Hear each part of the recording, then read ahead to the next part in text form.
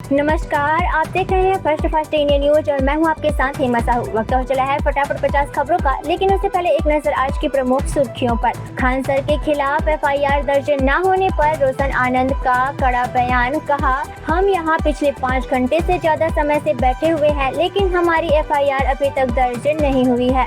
दिल्ली वाले ध्यान दे, आधार card, ration card हो या फिर पिंक कार्ड, हर शिकायत का तुरंत किया जाएगा समाधान। टेलीग्राम खतरा पैदा करने वालों को जोड़ता है, दिल्ली हाई कोर्ट में केंद्र सरकार ने कहा। लूला की ट्रंप को दो टूक। कहा, ब्राजील के राष्ट्रपति चुनाव में दखल न दे, यह हमारा अंदरूनी मामला है। पीपल्स जनता पार्टी फिर एक बार 20 जून को जंतर मंतर पर करेगी प्रदर्शन, पुलिस से मांगी परमिशन। थाने के बाहर रोशन आनंद का धरना। कहा, मुझे मार दो या फिर खान सर के खिलाफ एफआईआर दर्ज करो। बिहार सरकार ने एसडी संजय को बनाया नया महाधिवक्ता, पीके शाही की ली गई जगह। टेलीग्राम बन रहा नया dark web, Delhi high court में केंद्र सरकार का रुख। उद्धव ठाकरे की पार्टी के सांसद हुए बागी तो संजय सिंह बोले, बीजेपी का लक्ष्य किसी भी तरह सांसद में 2/3 बहुमत हासिल करना है और इसके लिए विपक्षी दलों को तोड़ने की राजनीति अब की जा रही है। इंदौर से जोधपुर जा रही रणथौर एक्सप्रेस में निकला धुआं। रतलाम में यात्री दूसरे ट्रैक पर कूदे, 10 मिनट बाद दूसरी ट्रेन आई। ऐसे में मुरैना में 4 लोगों की जान गई थी। ममता बनर्जी को एक और बड़ा झटका, अब नहीं ले पाएगी पार्टी फंड। अकाउंट फ्रीज करने के लिए बैंक पहुंची चिट्ठी। केंद्रीय मंत्री सुरेश गोपाल ने गुरुवार को कहा, ग्लोबल मार्केट में कच्चे तेल की कीमतों में गिरावट आने पर फ्यूल के दाम तुरंत कम नहीं किए जा सकते। राबड़ी देवी के 10 सर्कुलर रोड स्थित सरकारी बंगले से पिकअप वैन में सामान निकाला। केंद्र ने दिल्ली हाई कोर्ट में नीट पेपर लीक मामले में टेलीग्राम की कथित भूमिका का जिक्र किया। ओपी राजभर बोले, अखिलेश को भी नहीं पता कि सांसद पार्टी छोड़ रहे हैं, इसलिए कहा जो कमजोर होगा वो जाएगा। मानसून सत्र से पहले टूट होगी।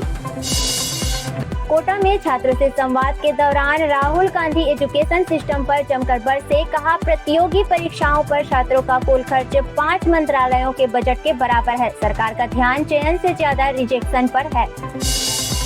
प्रियंका गांधी का बड़ा आरोप। कहा, नीट स्टूडेंट से 1.32 लाख करोड़ वसूले गए हैं। यह रकम शिक्षा बजट के लगभग बराबर ही है। पसंदीदा कारोबारियों को 16 लाख करोड़ लोन माफ किया गया है। दिल्ली में अगले 3 दिनों तक बढ़ेगा तापमान। आज छाए रहेंगे बादल, बारिश और तूफान का अलर्ट हुआ जारी। कोटा में स्टूडेंट से बोले राहुल गांधी। कहा, छात्रों का दमन करता है एजुकेशन सिस्टम। सुरक्षा घटना, आवास का फैसला, सुरक्षा समिति का राजनीतिक हस्तक्षेप नहीं। लालू के आरोपों पर अशोक चौधरी का पलटवार। बोले, सुरक्षा लौटा रहे, कल कोई घटना हुई तो आप जाने। भाजपा को गद्दार, बेईमान और भ्रष्टाचार लोग पसंद है, बोले शिवसेना यूबीटी सांसद संजय राउत। चढ़ावा चोरी मामले के बीच सीएम योगी करेंगे रामलला के दर्शन। डीएम ने चंपत राय से कहा, आप दूरी बनाए रखिए। प्रधानमंत्री मोदी पेरिस पहुंचे, भारतीय मूल के लोगों ने किया स्वागत। G7 समिट में ट्रंप बोले, मोदी के रहते भारत पर हमला हुआ तो अमेरिका साथ है। आशुतोष महाराज ने जताई अपनी हत्या कराने की आशंका। शंकराचार्य अभिमुक्तेश्वर आनंद पर लगाए एक बार फिर गंभीर आरोप। ममता बनर्जी के भतीजे की हो सकती है गिरफ्तारी। एमपी हाई कोर्ट ने अरेस्ट वारंट पर लगी रोक हटाई। खड़गे के खिलाफ विशेषाधिकार हनन का नोटिस, पीएम पर आपत्तिजनक टिप्पणी का है मामला। रोशन आनंद ने कदमकुआ थाने के बाहर किया धरना। कहा, पुलिस मेरे भाई की मौत की एफआईआर नहीं ले रही है, फैजल खान ने ही भाई की जान ली है। सीएम योगी बोले, उन्नाव डबल इंजन सरकार जैसा विकास करने की क्षमता सपा कांग्रेस में नहीं है। पीएमओ हटाए जाने पर बोले बीजेपी विधायक, असीम सरकार। कहा, ममता को पूर्व सीएम जैसी सुविधा मिलेगी। शिवसेना यूबीटी सांसद संजय राउत बोले, सुप्रीम कोर्ट कुछ कर रही होती तो यह नौबत नहीं आती। फैजल खान पर एफआईआर करने पहुंचे ज्ञान बिंदु के डायरेक्टर रोशन आनंद। बोले, उसका सियासी आका है।